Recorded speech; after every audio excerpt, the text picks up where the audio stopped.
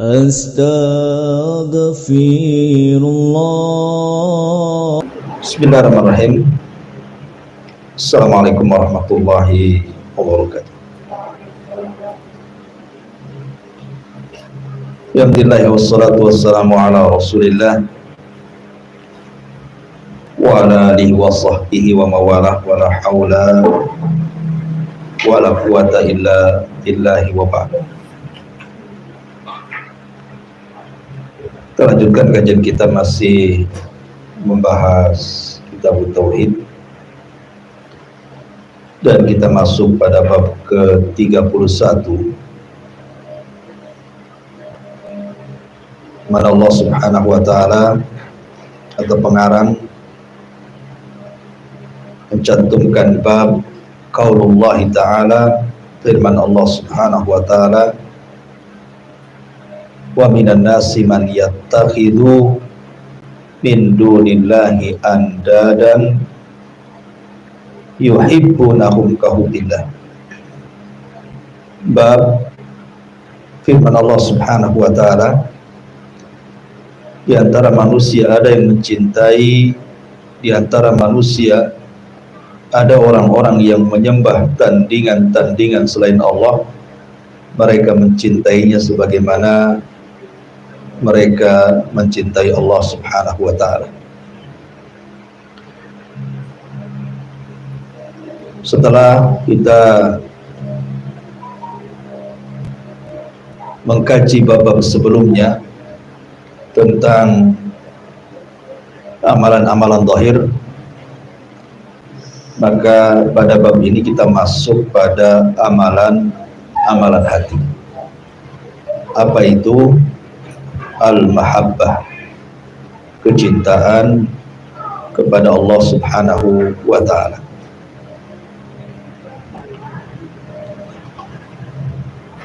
Kita tahu bahwa di antara rukun ibadah itu ada 3 macam, dan yang paling tinggi adalah al-mahabbah, perasaan cinta kepada Allah Subhanahu wa ta'ala. Kemudian di bawahnya al-khawfu, perasaan takut, dan setelah itu ar-raja'u, harapan. Dan kita tahu bahwa manusia saat beribadah tidak dilakukan kecuali karena cinta. Karena ibadah yang dilakukan tanpa cinta itu tentu ibadah yang tidak akan berasa, tidak ada ruhnya, karena dilakukan secara terpaksa. Kalau seseorang ibadah betul-betul karena Allah Subhanahu wa ta'ala, maka dia tidak akan menghitung tentang untung dan rugi, tentang senang dan benci, tentang lelah dan letih. Gak akan dihitung. Karena orang yang cinta itu tidak peduli apapun untuk mempersembahkan kepada yang dicintai. Apalagi yang dicintainya adalah Allah Subhanahu wa ta'ala. Dalam bab ini, mu'alif rahimahullahu ta'ala hendak menyinggung beberapa orang-orang musyrik yang mereka teramat sangat sayang dan cinta kepada sesembahannya. Sementara orang-orang yang beriman sebaliknya, mereka amat sayang dan cinta kepada Allah Subhanahu wa ta'ala dan membenci tandingan selain Allah. Perhatikan dalil pertama. Allah Subhanahu wa ta'ala mengatakan wa minan nas, dan sebagian manusia. Alhamdulillah, di sini Allah Subhanahu wa ta'ala menyebut dengan kalimat wa minan nas. Min di sini artinya litab'id, menunjukkan sebagian, bukan secara keseluruhan. Artinya ada sebagian manusia. Man yattakhidu min dunillah, orang yang menyembah selain daripada Allah Subhanahu wa ta'ala, andadan, dijadikan tandingan-tandingan. Yuhibbunahum, mereka mencintai tandingan-tandingan itu, kahubbillah, seperti kecintaan mereka kepada Allah. Ada dua penafsiran para ulama. Apa maksudnya yuhibbunahum kahubbillah di sini? Penafsiran yang pertama, maksudnya orang-orang musyrik itu mencintai Allah, tetapi mereka juga mencintai selain Allah Subhanahu wa ta'ala. Makanya ada seseorang di zaman Nabi SAW, ketika itu Nabi SAW mengatakan kepada orang ini, dia masih musyrik, belum masuk Islam, kam ta'budu ilahan fil ardi, berapa banyak jumlah sesembahan yang kau sembah di bumi. Maka dia mengatakan, aku menyembah Tuhan sebanyak 7 Tuhan. Wahidun fis sama wa sittatun fil ardi. Dia mengatakan 1 ada di langit dan yang 6 ada di bumi. Kemudian Nabi SAW mengatakan, kalau seandainya ada di antara keluargamu yang sakit, kamu meminta Tuhan yang mana? Kamu minta kepada Tuhan yang 6 yang di bumi, ataukah kepada Tuhan yang di langit? Maka orang ini mengatakan, ya jelas aku meminta Tuhan yang di langit. Kalau seandainya engkau kekurangan ekonomi, engkau meminta kepada Tuhan yang mana? Yang 6 yang ada di bumi atau yang 1 di langit? Maka dia mengatakan, ya jelas yang 1 di langit. Dan begitu seterusnya. Dia selalu mengatakan Tuhan di langit, Tuhan di langit. Maka Nabi SAW, kenapa engkau tidak tinggalkan saja Tuhan-Tuhan yang ada di bumi dan fokus kepada Tuhan yang ada di langit? Kalau engkau katakan kau sakit, minta ke yang di langit. Kalau engkau minta rizki, minta ke yang di langit. Lah, apa fungsinya Tuhan-Tuhan yang ada di bumi itu?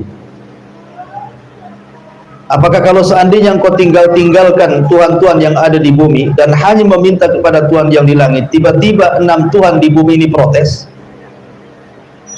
Dia mengatakan tidak. Ya kalau begitu sudahlah, tinggalkan yang 6 itu, sembah yang 1 saja. Akhirnya kemudian setelah diberikan logika seperti itu, orang ini pun bersyahadat dan masuk Islam. Artinya secara fitrah, walaupun dia menyembah selain daripada Allah Subhanahu wa ta'ala, dalam kondisi-kondisi tertentu dia akan ingat Tuhannya yang menciptakan. Coba lihat orang-orang yang di pesawatnya akan jatuh itu, pasti mereka akan menengadahkan ke langit dan minta supaya diselamatkan. Padahal dia bukan seorang yang ahli tauhid. Mungkin dia sebagai penyembah berhala dan begitu seterusnya. Tapi dalam kondisi genting ternyata orang ini ingatnya Tuhan yang di atas, kan itu. Makanya Nabi Allah Subhanahu wa ta'ala sebutkan di dalam Al-Quran, fa'idha raqibu fil fulki da'awullaha mukhlisina lahuddin falamma najjahum idahum yusyrikun atau idahum musyrikun. Apabila mereka berada di tengah lautan, berada di dalam perahu, dalam bahtera, tiba-tiba diombang-ambing dengan ombak, maka mereka pun menyembah Allah Subhanahu wa ta'ala dengan tulus. Tapi ketika mereka diselamatkan, mereka pun menjadi musyrik. Artinya tabiat manusia dalam waktu-waktu tertentu apalagi dalam kondisi kesulitan, pasti dia akan ingat penciptanya. Nah, orang-orang musyrik ini terkadang mereka di waktu sulit mereka menyembah Allah, tapi di waktu senang mereka menyembah berhala-berhalanya. Lah, ini tidak bisa. Satu sisi menyembah Allah, sisi lain menyembah berhala. Disinilah ada letak namanya syirkul mahabbah, syirik kecintaan. Tidak boleh kemudian mencintai Allah dalam satu waktu, di waktu yang lain mencintai selain Allah, karena Allah tidak suka ada tandingan. Ini satu penafsiran. Penafsiran yang kedua, yuhibbunahum, maksudnya mereka orang-orang musyrik itu mencintai berhala-berhala mereka. Kahubbillah, seperti kecintaan kepada Allah. Maksudnya orang-orang musyrik itu sangat cinta dengan berhala, sebagaimana orang-orang yang beriman cinta kepada Allah. Jadi mereka sangat mengagungkan berhala itu. Demikian agungnya, sama halnya orang-orang yang beriman juga mencintai Allah dan mengagungkan Allah dan tidak suka melakukan kesyirikan. Makanya ayat setelahnya Allah mengatakan walladzina amanu asyaddu hubban lillah, dan orang-orang yang beriman asyaddu, mereka teramat sangat hubban, cinta lillah, kepada Allah subhanahu wa ta'ala.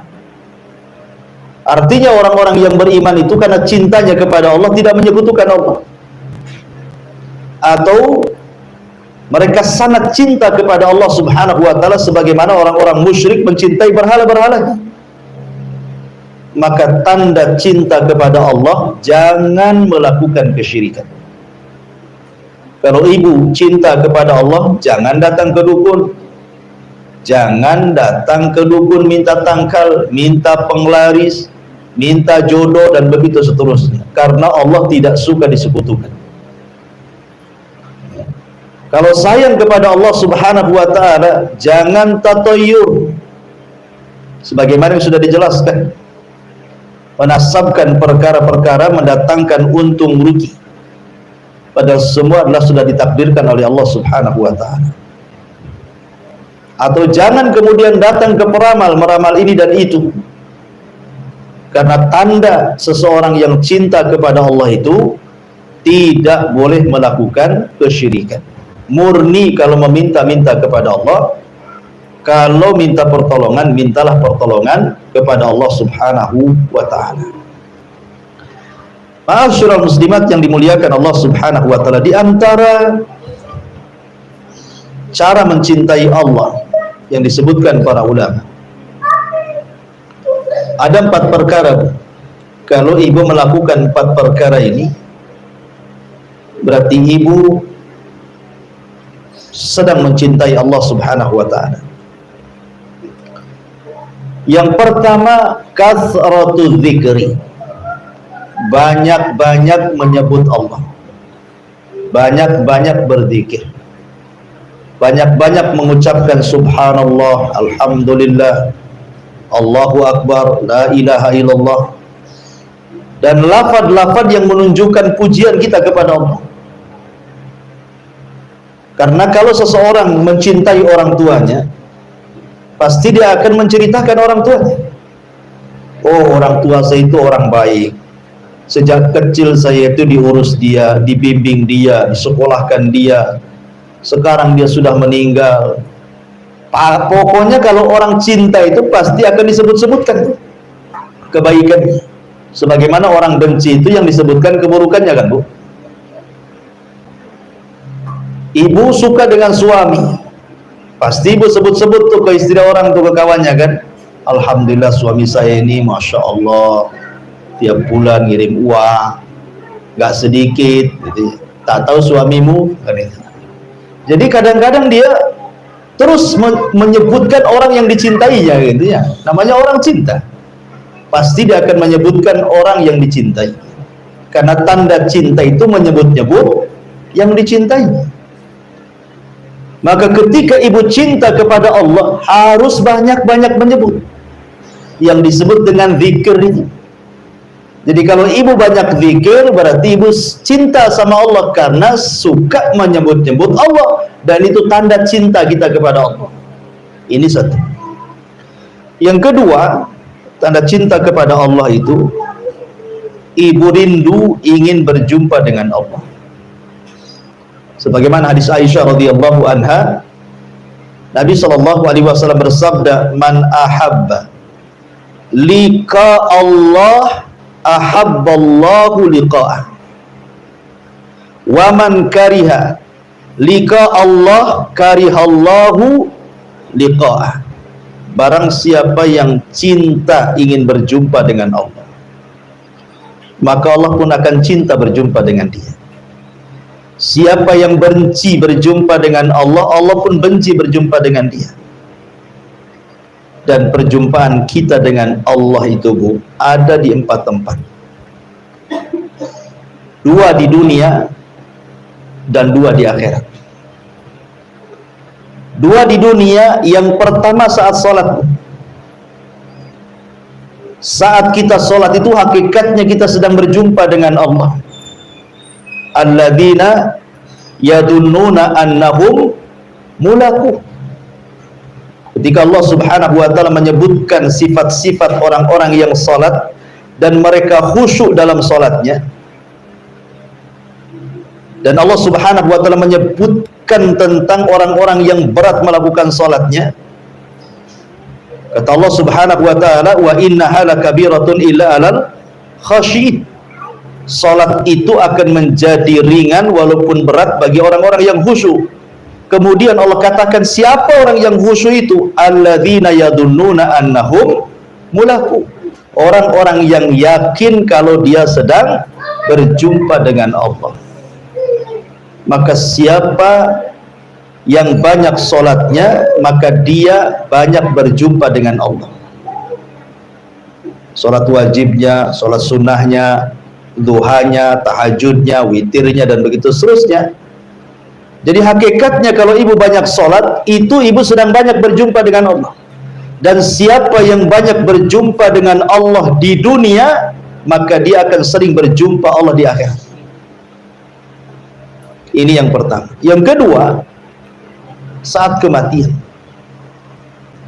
Ruhnya seorang mukmin, dalam hadis Bara' bin Azib radhiyallahu anhu, apabila dicabut rohnya, maka rohnya akan disediakan kain kafan dari sorga dengan bebauan harum yang semerbak wanginya melambung ke langit. Kemudian roh itu yang terbungkus dari kain kafan dari sorga dan bau harum yang luar biasa diangkat ke langit, dan catatannya menyusul dari bawahnya. Kemudian ditembuskan ke langit pertama, kedua, ketiga, keempat, kelima, keenam, sampai ketujuh. Kemudian diperjumpakan dengan Allah. Kemudian Allah katakan, kembalikan ruhnya ke dalam jasadnya dan angkat catatannya di tempat yang paling tinggi di surga. Inilah pertemuan dengan Allah yang kedua. Kemudian pertemuan Allah dengan Allah yang ketiga saat di padang mahsyar. Ketika manusia dikumpulkan di padang mahsyar, kemudian jahanam dibentangkan, wa jaa rabbuka wal malaku saffan saffa, dan Rabbmu datang sementara malaikat bersaf-saf. Orang yang beriman akan melihat Allah, tapi orang kafir akan tertutup melihat Allah. Dan tentu yang paling akhir perjumpaan kita dengan Allah adalah di surga. Kita bisa memandang wajah Allah, dan itulah kenikmatan yang sangat besar, melebihi kenikmatan surga itu sendiri. Maka siapa yang rindu berjumpa dengan Allah, tandanya dia cinta dengan Allah. Nah, di antara penjelasan para ulama juga tentang hadis Rasul, siapa yang rindu berjumpa dengan Allah, Allah rindu berjumpa dengan dia, adalah orang yang ketika di dunia dia menginvestasikan seluruh daya dan upayanya, waktu, tenaga, dan biayanya untuk investasi di surga. Jadi ketika kemudian dia saat-saat detik sakaratul maut, maka dia senang, sehingga dia ingin cepat berjumpa dengan kekayaan yang diinvestasikannya di dunia, di sorga tersebut. Tetapi orang yang tidak pernah investasi akhirat, di mana waktu, tenaga, dan uangnya hanya untuk dibelanjakan di dunia, maka dia akan sulit kematiannya karena tidak ingin mati. Sebab kalau mati dia tinggalkan rumahnya, kebunnya, ATM-nya, dan begitu seterusnya. Maka ini ciri yang kedua, tanda cinta kepada Allah adalah rindu ingin berjumpa dengan Allah. Yang ketiga, tanda cinta kita kepada Allah adalah dengan cara senantiasa bersama Allah dalam kesendirian kita.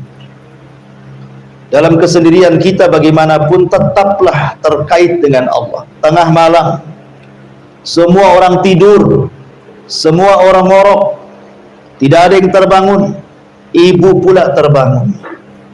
Ibu dalam kesendirian di tengah-tengah manusia yang sedang tertidur, tiba-tiba ibu bangun sholat malam. Mantap kan? Di tengah-tengah hiruk pikuk orang ke pasar, Bu, ibu tetap saja lisannya berzikir kepada Allah, terus mengingat Allah. Di saat manusia sedang hiruk pikuk dengan dunia, ibu berzikir kepada Allah, keluar dari kesibukan sholat duha. Ibu sendirian megang handphone, ya kan? Itu bisa jadi ibadah, itu handphone itu.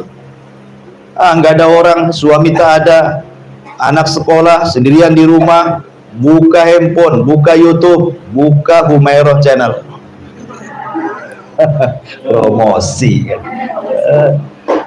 Jangan lupa subscribe, like and share. Jadi pokoknya dalam kesendirian itu tetap terus terkait dengan Allah. Itu tanda cinta kepada Allah. Yang terakhir, yang keempat, cintailah orang yang mencintai Allah. Sebagaimana dalam sebuah hadis Abi Darda radhiyallahu anhu, Nabi sallallahu alaihi wasallam menyebutkan tentang salah satu doa Nabi Daud. Kata Nabi SAW, salah satu doa Nabi Daud itu adalah Allahumma inni as'aluka hubbaka wa hubba man yuhibbuk. Ya Allah, saya meminta agar aku bisa mencintaimu dan mencintai orang yang mencintaimu. Cintai orang-orang yang beriman. Ibu harus suka kalau ada kawannya yang suka sholat, suka sedekah, suka infak, suka puasa, suka ngaji. Ibu harus senang tuh, ya, karena orang-orang ini sedang mencintai Allah. Cintai mereka. Sebagai bentuk kecintaan ibu kepada Allah, maka cintai orang yang mencintai Allah. Jangan benci mereka. Jangan gara-gara kesalahan sedikit ibu benci setengah mati sama mereka. Tutup kesalahan mereka, berikan uzur. Selama mereka mau mencintai Allah, cintai mereka. Kata para ulama, siapa yang terkumpul 4 perkara ini, itu tanda ibu cinta kepada Allah subhanahu wa ta'ala. Kemudian Allah subhanahu wa ta'ala berfirman dalam ayat selanjutnya, Allah mengatakan, Qul in kana aba'ukum wa abna'ukum wa ikhwanukum wa azwajukum wa ashiratukum wa amwalun iqtaraftumuha wa tijaratun takhshawna kasadaha wa masakinu tardawnaha ahabba ilaikum minallahi wa rasulihi wa jihadin fi sabilihi fatarabbasu hatta ya'tiyallahu bi'amri. Katakan, wahai Muhammad, jika bapak-bapak, anak-anak, saudara-saudara, istri-istri, kaum keluarga kalian, harta kekayaan yang kalian usahakan, perniagaan yang kalian khawatirkan kerugiannya, rumah-rumah tempat tinggal yang kalian senangi untuk ditinggali, lebih kalian cintai daripada Allah, Rasulnya, dan berjihad di jalannya, maka tunggulah sampai Allah mendatangkan keputusannya. Allah tidak akan memberikan petunjuk kepada orang-orang yang fasik. Di sini Allah Subhanahu wa taala menyebutkan 8 perkara. Pertama, bapa, yang kedua anak, yang ketiga saudara, yang keempat pasangan, yang kelima keluarga, yang keenam harta, yang ketujuh perniagaan, yang kedelapan tempat tinggal.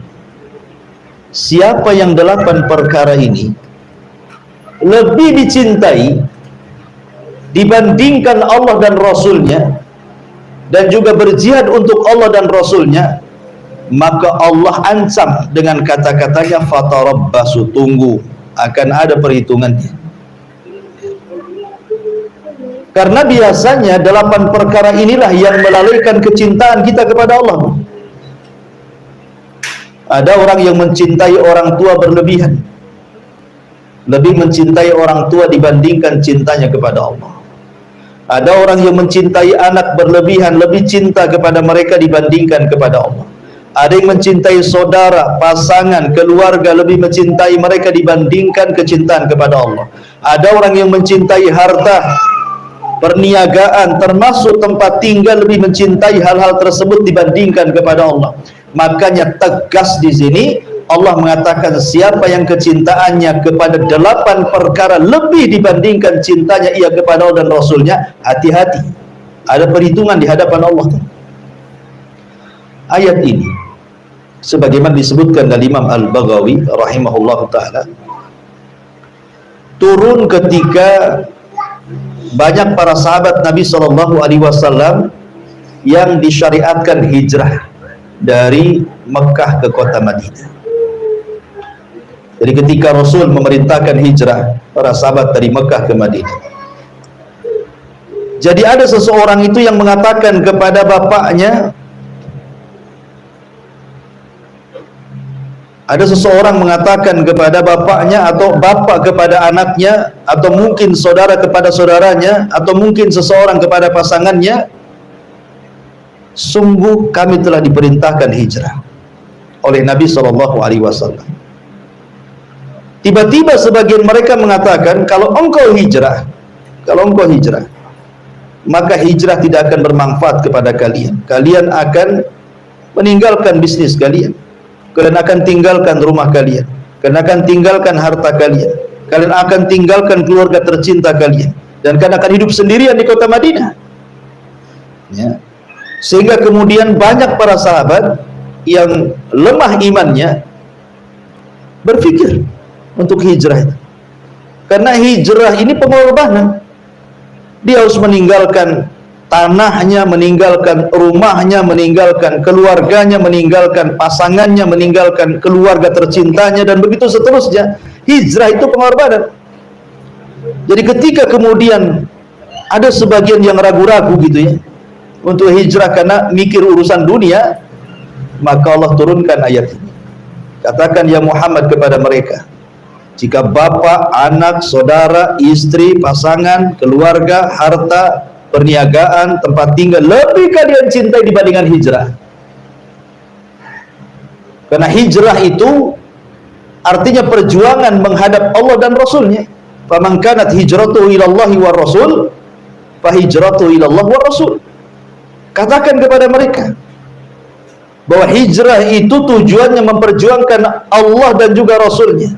Kalau kalian lebih cintai dalam 8 perkara dibandingkan hijrah, ingat, tunggu nanti sampai Nabi dan pasukannya akan datang ke Mekah dan akan membebaskan kota Mekah. Fatarabbasu, tunggulah hatta ya'ti Allah bi amri, artinya sampai datang keputusan Allah itu pembebasan kota Mekah, dan menjadi sebuah kenyataan kan.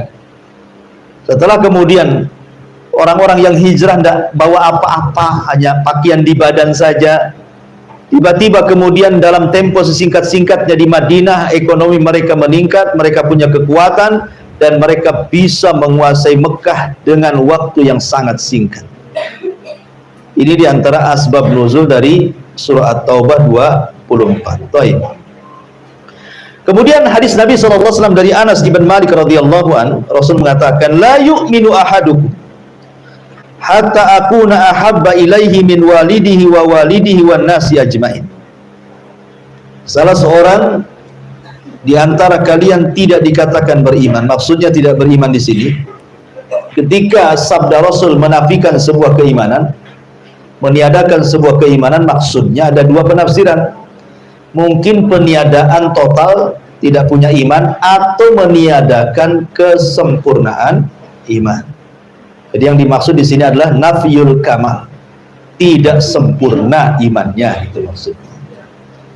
Seseorang tidak dianggap sempurna imannya sampai aku, kata Rasulullah, lebih dicintai dibandingkan dirinya sendiri, dibandingkan anaknya, dibandingkan orang tuanya, bahkan manusia semua yang dicintainya. Nabi harus tetap yang nomor satu. Apa sih alaqah dengan bab ayat pertama dan kedua cerita tentang kecintaan kepada Allah? Ini hadis Nabi cerita tentang kecintaan kepada Rasul. Apa hubungannya? Karena mencintai Rasul itu sama dengan mencintai Allah. Syarat mencintai Allah itu harus mencintai Rasul. Qul in kuntum tuhibbunallaha fattabi'uni. Katakan ya Muhammad, kalau kalian mencintai Allah, ikuti aku. Jadi syarat cinta kepada Allah harus mengikuti Nabi. Makanya Umar bin Khattab radhiyallahu anhu ketika berhadapan dengan Rasul, kata Umar, ya Rasul, engkau lebih aku cintai dari segala sesuatu kecuali diriku. Kata Rasul, oh tidak, hatta dirimu wahai Umar harus aku lebih didahulukan. Kemudian Allah mengatakan, al-an ya Rasulullah, engkau lebih kucintai dibandingkan segala sesuatu, bahkan diriku sendiri. Kata Rasul, al-an, sekarang sempurna iman wahai Umar. Dan tidak ada manusia dalam perjuangan sejarah yang mencintai Rasul yang luar biasa melebihi para sahabat. Khubayb bin Adi suatu ketika ditangkap oleh orang musyrik, kemudian digantung, diikat di pohon. Kata orang musyrik, ya Khubayb, bagaimana pendapatmu kalau seandainya Muhammad kami letakkan di posisimu dan engkau kami bebaskan? Kata Khubayb, demi Allah, aku tidak rela. Jangankan lagi Rasul kita, Nabi kita Muhammad SAW menggantikan posisiku, andai ada duri menancap di kakinya saja aku tidak rela. Akhirnya kemudian Khubayb dibunuh dengan cara sadis, dipotong tangannya, dipotong kakinya sampai kepalanya. Subhanallah. Tetapi ketika kepalanya dipotong itu dia sedang baca Quran. Ya. Tapi lihat bagaimana sahabat sampai demikian ya, memberikan jiwanya untuk Nabi SAW. Luar biasa. Bahkan dalam perang Uhud ada seorang sahabat namanya Abu Dujana. Ketika Nabi SAW ditinggal para sahabat yang kocar-kacir karena terkena panah pasukan Khalid yang merebut tempat para pemanah di Bukit Ainain itu, karena tergoda dengan ghanimah. Itu panah itu dari mana-mana melesat ke arah Nabi, dari atas itu. Datang seorang sahabat Abu Dujana, langsung memeluk Rasul dari belakang dan punggungnya menjadi tameng, sehingga panah itu banyak menancap di punggung Abu Dujana, sehingga Abu Dujana ini seperti landak, Bu. Tahu landak, Bu? Jadi karena banyaknya panah yang menancap itu seperti landak. Kenapa Abu Dujana sampai melindungi Rasul? Karena cintanya dia kepada Nabi SAW sampai rela menyerahkan jiwanya. Itulah para sahabat. Luar biasa kalau sudah urusan Allah dan Rasulnya nggak berpikir itu. Lain dengan ibu-ibu, mikirnya panjang kali mau infak tuh. Infak nggak? Infak nggak? Gitu ya. Karena kebanyakan nonton sinetron. Ya, di sinetron kan pemainnya yang diperlihatkan itu rumah-rumah yang megah ya, mobil-mobil mewah. Jadi akhirnya kemudian jadi bakhil. Jadi di sini para sahabat betul-betul mengamalkan sabda Rasul sallallahu alaihi wasallam, la yu'minu ahadukum hatta akuna ahabba ilaihi min walidihi wa walidihi wan nasi ajmain. Kemudian hadis yang ketiga, hadis yang kedua, Imam Bukhari dan Muslim meriwayatkan dari Anas bin Malik radhiyallahu anhu, Nabi bersabda, "Salatun man kunna fihi wajada bihinna halawatal iman, an yakuna Allah wa rasuluhu ahabba ilaihi mimma siwahuma, wa an yuhibbal mar'a la yuhibbuhu illa lillah, wa an yakrah an ya'udha fil kufri ba'da an anqadhahu Allahu minhu kama yakrahu an yuqdhafa finnar." Ada 3 perkara kata Rasul, jika perkara-perkara tersebut terdapat dalam diri seorang, maka dia akan mendapatkan manisnya iman. Iman itu bisa dirasakan kelezatannya. Ya, kadang-kadang ibu kalau makan bakso, baksonya enak. Kemudian ditanya, enak nggak baksonya bu? Wah, top markotop. Bisa diuji nih. Nah, nanti kita besok kesini lagi. Promosi pula ke kawannya. Kalau beli bakso di sana tuh, wah enak sekali katanya. Ibu bisa merasakan lezatnya bakso. Merasakan mana mie ayam yang enak, mana yang enggak, bubur yang enak sama bubur yang enggak. Ya. Kemudian ibu masuk ke nasi padang. Tengok rendang dimakan. Ah, kurang enak katanya. Kenapa? Gak tahu rasanya, ini tak pandai masak lah ini katanya. Langsung dicela tukang masaknya bu ya. Iya. Tapi kalau sudah kena nasi padang yang enak, hari-hari jadi langganan. Minta atau nomor teleponnya bisa diantar ya ke rumah bang katanya. Jadi ada orang bisa merasakan nikmat makan, tapi heran ada orang yang tidak bisa merasakan nikmat iman. Di sini Nabi SAW memberikan 3 kunci bahwa kalau ibu ingin merasakan nikmat iman, maksudnya nikmat iman itu ibu mendapatkan ketenangan dalam hati, rasanya tenang, nggak ada beban, pokoknya hidup ini tenang-tenang saja, walaupun ada masalah ya dijalani biasa gitu, pokoknya tenang ya, hidupnya itu ndak gundah gulana gitu. Kuncinya di sini kata Nabi SAW, an yakunallahu wa rasuluhu ahab ilaihi mimma siwahu. Yang pertama, hendaklah Allah dan Rasulnya lebih dia cintai dibandingkan selain keduanya.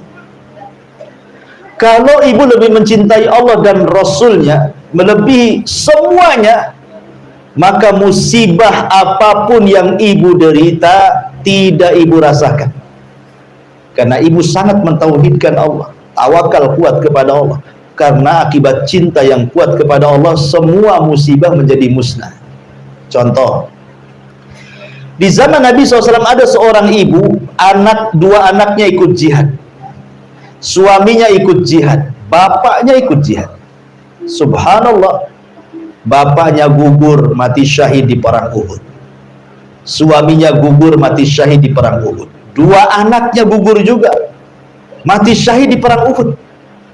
Ketika selesai peperangan, datanglah ibu ini ingin bertanya dan mencari siapa yang menang dalam peperangan itu dan siapa yang kalah, siapa yang masih hidup dan siapa yang terbunuh. Ketika datang nih tentara-tentara yang tersisa yang masih hidup, membawa jasad-jasad gitu ya, sedang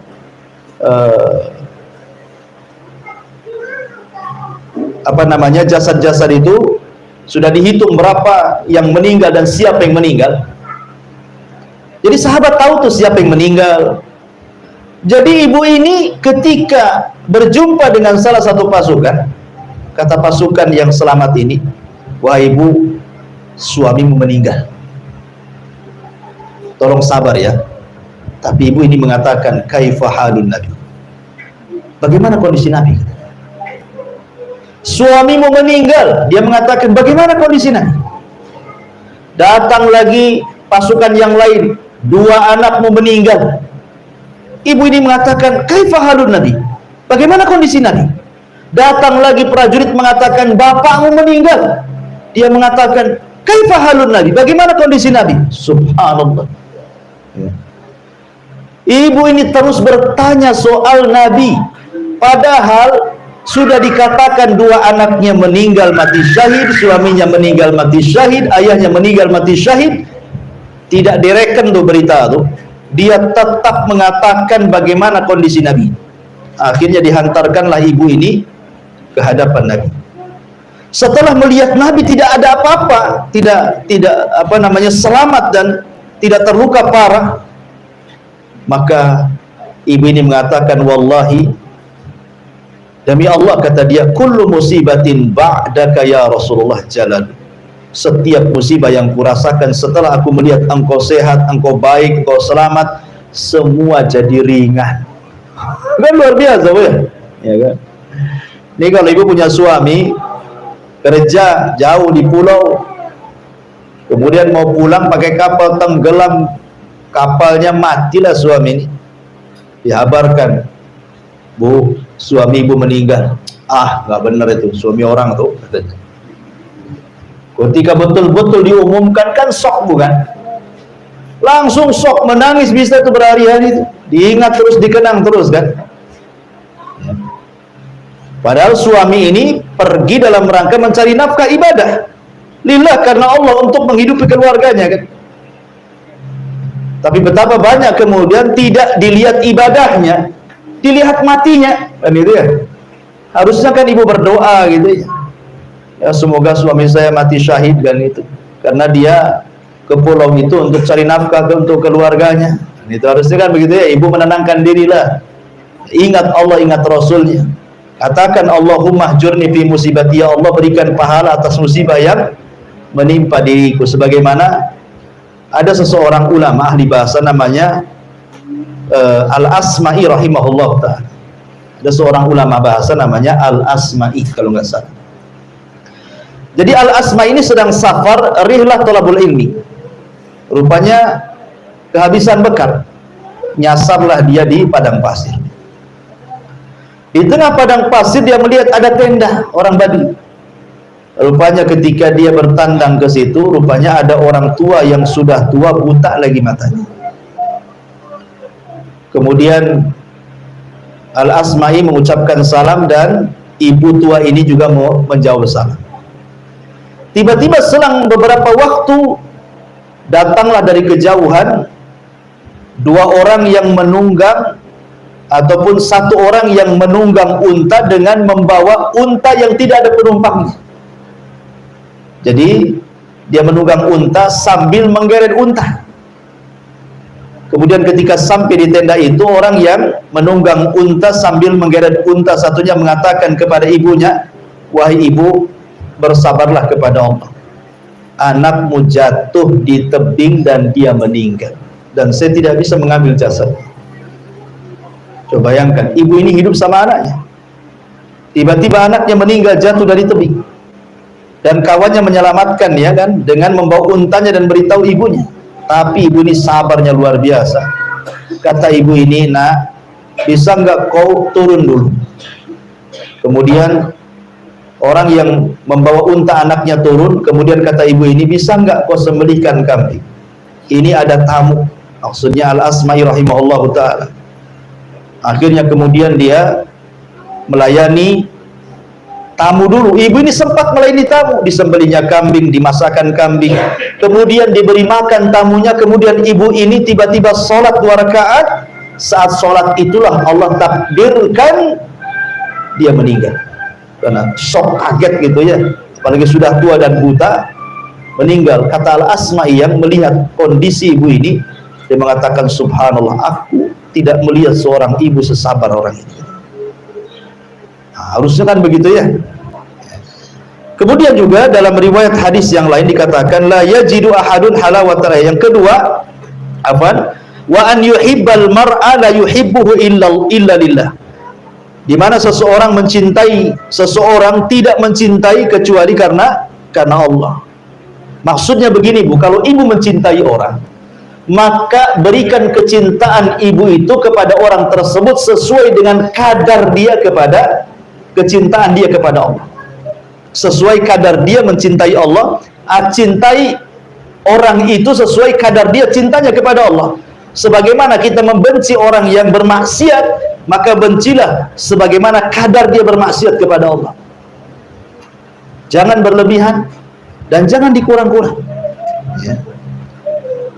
Kemudian wa an yakraha an ya'udha fil kufri, dan hendaklah ibu benci kembali kepada kekufuran setelah Allah selamatkan, sebagaimana seseorang benci untuk dimasukkan ke dalam neraka. Jadi kalau ibu sudah dapat hidayah sunnah, benci ibu lawan sunnah itu, ya. Jangan sampai kemudian ibu masuk lagi ke lawan daripada sunnah, menyelisih sunnah, masuk ke kubangan bid'ah lagi. Pokoknya tidak mau lagi, saya sudah diselamatkan, hijrah, sudah dapat hidayah gitu ya. Kalau saya balik lagi sama saja dengan saya masuk neraka, gitu maksudnya. Nah, kalau orang punya 3 perkara ini, yakin ibu akan mendapatkan ketenangan hati, atau istilah hadis, manisnya iman. Dalam ayat yang lain, la yajidu ahadun halawatal iman hatta ila akhir. Seorang tidak akan mendapatkan manisnya iman sampai kemudian sama redaksinya dengan di atas. Kemudian yang terakhir, mu'alif rahimahullahu ta'ala menyebutkan asar dari Ibnu Jarir, meriwayatkan dari Abdullah bin Abbas radhiyallahu anhuma, ia berkata, man ahabba fillah wa abghadha fillah wa wala fillah wa ada fillah fa innama tunalu wilayatullahi bidzalik walan yajida abdun ta'mal iman wa in kathurat salatuhu wa saumuhu hatta yakuna kadzalik wa qad sarat ammatu muakhatin nasi ala amri dunya wa dzalika la yujdi ala ahlihi syai'a.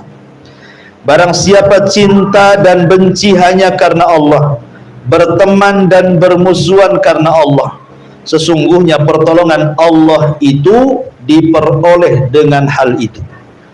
Seorang hamba tidak akan bisa merasakan kenikmatan iman walaupun banyak melakukan salat dan puasa sampai dirinya berbuat demikian itu.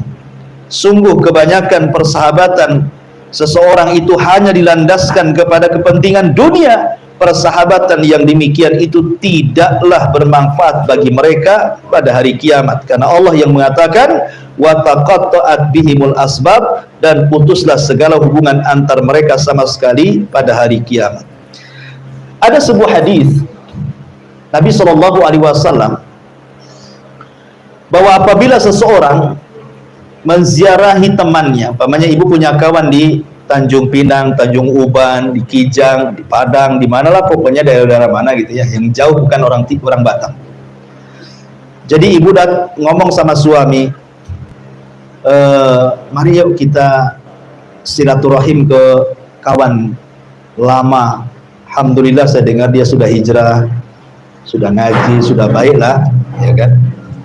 Kemudian ibu berjalan tuh sama suami ke tempat kawan ibu yang sama-sama sudah hijrah. Lah nanti kata Rasulullah akan diutus malaikat, kemudian malaikat akan mengikuti di belakang. Karena dulu ada orang yang seperti ini, dia berkunjung ke kawannya, diutus oleh Allah malaikat, kemudian di tengah jalan malaikat ini tasyakkul menjadi manusia, kemudian mencegat dan mengatakan, ila aina tadhhab? Mau kemana kau pergi? Dia mengatakan, akhan li, aku pergi ke temanku, aku ingin berjauh kepadanya. Kemudian malaikat ini menguji, apakah karena ada bisnis, ataukah karena ada keuntungan dunia, ataukah karena ada hal-hal yang menyebabkan kau mendapatkan dunia? Dia mengatakan tidak, murni aku ziarah. Maka malaikat ini mengatakan, kalau begitu Allah akan mencintai dirimu sebagaimana engkau telah mencintai saudaramu. Ya, malaikat ini menyampaikan wahyu dari Allah bahwa Allah akan mencintai kamu sebagaimana engkau mencintai sahabatmu. Jadi kalau ibu berkunjung kepada kawan, murni bukan soal pinjam utang. Ya, kalau sekarang kan berkawan dekat, rupanya ada maunya, bu ya. Kok orang ini jarang-jarang dekat, kok sekarang lengket, tahu-tahu terakhirnya pinjam duit, ya kan? Jadi orang berkawan sekarang ini kan urusan dunia, bu. Kalau berkawan itu lillah karena Allah, maka Allah akan mencintai ibu sebagaimana ibu cinta kepada saudara ibu. Dan ini salah satu tanda cinta yang saya sebutkan di awal adalah mencintai orang yang mencintai Allah Subhanahu wa ta'ala. Wallahu a'lam. Inilah bab ke-32. Silahkan bu, siapa yang ingin bertanya, tafadhali.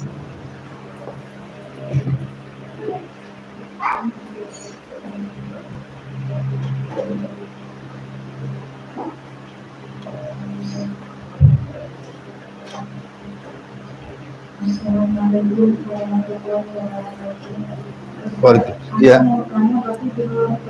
iya nggak apa-apa. Yang ingin Anda tanyakan, apakah setan juga mengetahui apa yang ada di dalam hati kita?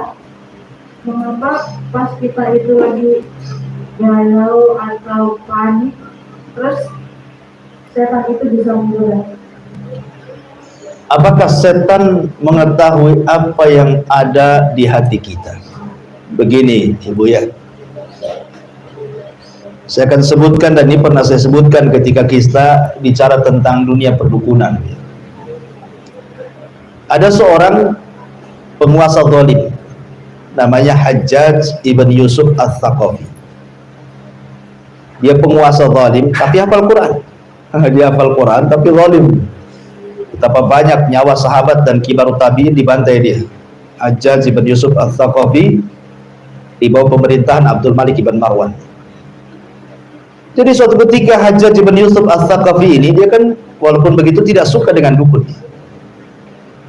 Akhirnya didatangkan peramal di hadapannya. Kemudian sambil ngobrol, Hajjaj ibn Yusuf Al-Thaqafi ini kemudian menghitung batu. 1, 2, 3, 4, disimpan di tangannya. Dukun itu tak tahu. Ya. Kemudian setelah ada sekitar mungkin ya 20 butir lah anggap saja. Kemudian dikepal sama Hajjaj ibn Yusuf. Kemudian dikatakan kepada dukun yang di depannya, tahu nggak berapa jumlah kerikil yang ada di tangan? Rupanya dijawab benar, 20. Pas dibuka betul pula 20. Ya, sakti dukun ini.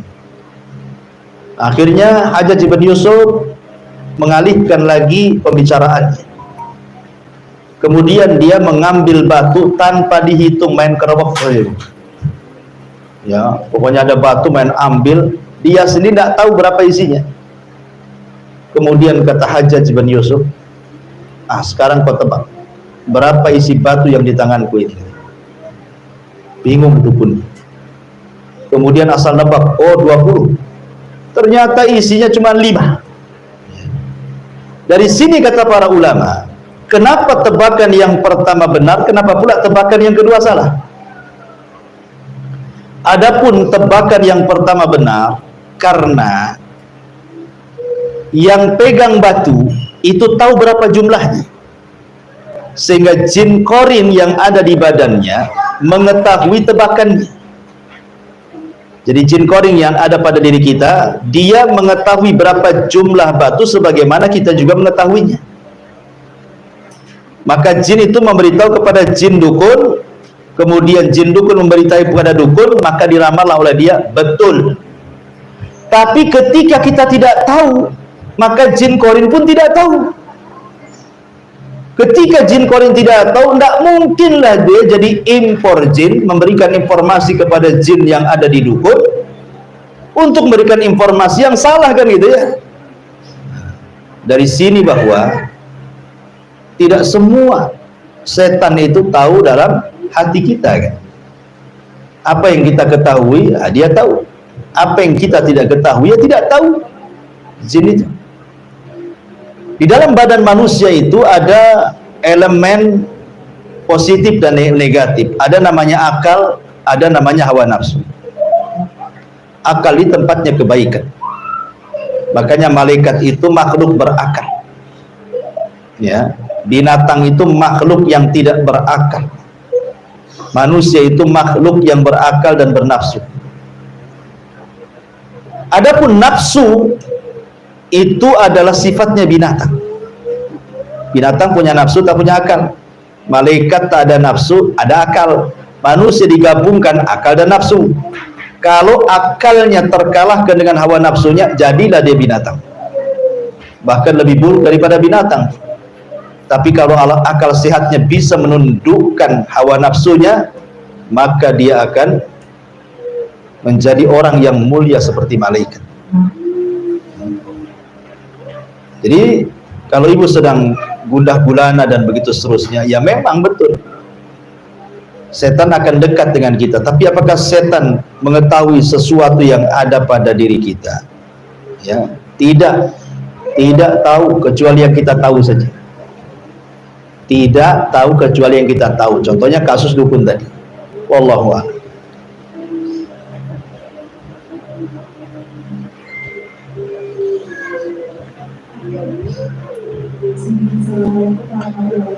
Waalaikumsalam warahmatullahi wabarakatuh.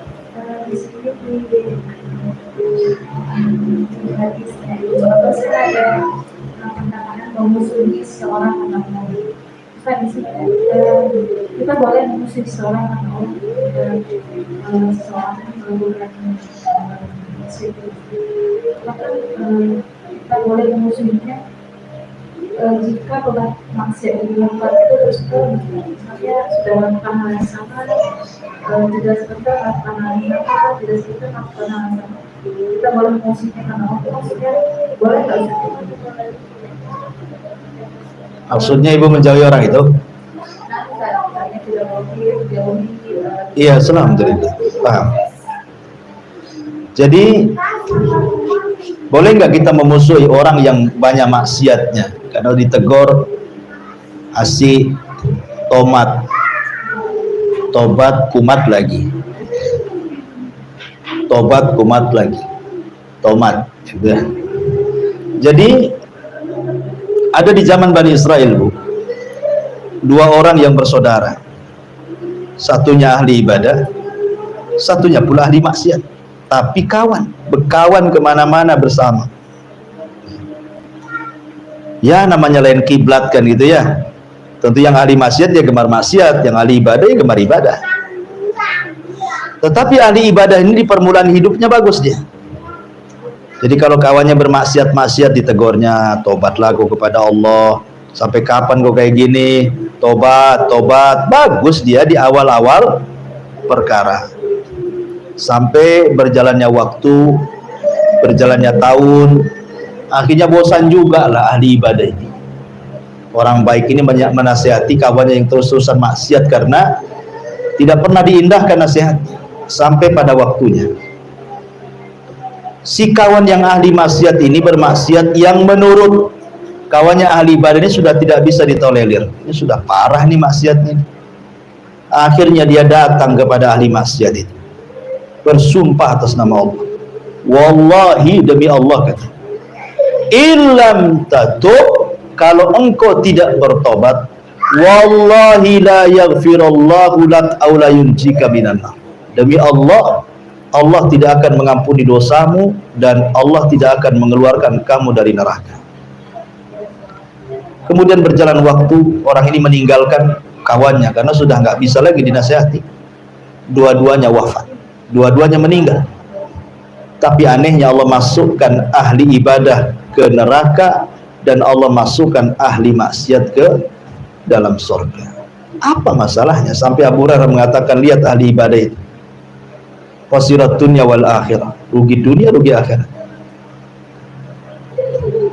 Kenapa demikian? Karena yang ahli ibadah, yang orang baik ini, dia terpeleset lisan ketika memberitahu saudaranya, dia tidak jaga lisan sehingga dia mengucapkan kalimat yang membuat Allah murka melebihi takdirnya. Ketika dia bersumpah atas nama Allah bahwa Allah tidak akan mengampuninya, padahal ampunan milik Allah bukan milik dia. Buktinya Allah mengampuninya. Kemudian yang kedua, dia bersumpah atas nama Allah tidak akan mengeluarkan kawannya dari neraka. Rupanya Allah yang punya neraka dikeluarkan juga sama Allah dari neraka, dimasukkan ke surga. Makanya terkadang mendakwai orang itu bukan hanya niat yang baik, kata-katanya juga harus baik. Ada sebagian para ulama pensarah hadis karena dia sombong dengan ibadahnya. Orang ini sombong, merasa bahwa dia paling hebat, paling top, kawannya itu rendah. Makanya kenapa dalam memberikan nasihat, diantara adab nasihat itu, apabila menasihati jangan kita anggap orang yang dinasihati itu dia hina sementara kita merasa mulia. Orang yang dinasihati itu ahli dosa sementara kita ini ahli ibadah, itu sombong ya. Jadi kalau ada teman kita yang terjerumus kepada kemaksiatan, maka kita benci maksiatnya, Bu, bukan benci orangnya. Kita ini hanya disuruh membenci kemaksiatannya. Ada orang yang mabuk di zaman Nabi, asik ketangkap dicambuk, ketangkap dicambuk, ketangkap dicambuk, dimakilah orang ini sama para sahabat. Tapi Rasul mengatakan jangan maki dia, dia itu cinta kepada Allah dan Rasul. Jadi yang kita benci itu artinya maksiatnya, bukan orangnya. Orangnya kita doakan. Kalaupun kita harus menjauh dari dia dalam rangka jaga jarak supaya tidak terkena maksiatnya, terkena dampaknya, tidak masalah. Ya, boleh jadi mungkin ibu dibuat jarak. Ya mungkin lah udah karena sudah sering nasihati, nanti jarak lama nasihati lagi, gitulah. Jadi tidak full ditinggalkan sama sekali gitu. Karena bagaimanapun hidayah Allah itu ada yang cepat, ada yang lambat. Boleh jadi mungkin tipe lambat dia mendapatkan hidayah, maka ibu sabarlah. Tapi kalau kita memusuhi dia, maksudnya memusuhi karena Allah, maksudnya memusuhi maksiatnya. Adapun orangnya kita doakan dapat hidayah. Wallahu a'lam. Ini dari tiga pertanyaan. Iya. Bagaimana sikap kita ketika tetangga non-muslim sering datang ke rumah kita? Lalu apa kita bisa disebut sebagai muslim yang mencintai Allah? Apa ya? Maaf.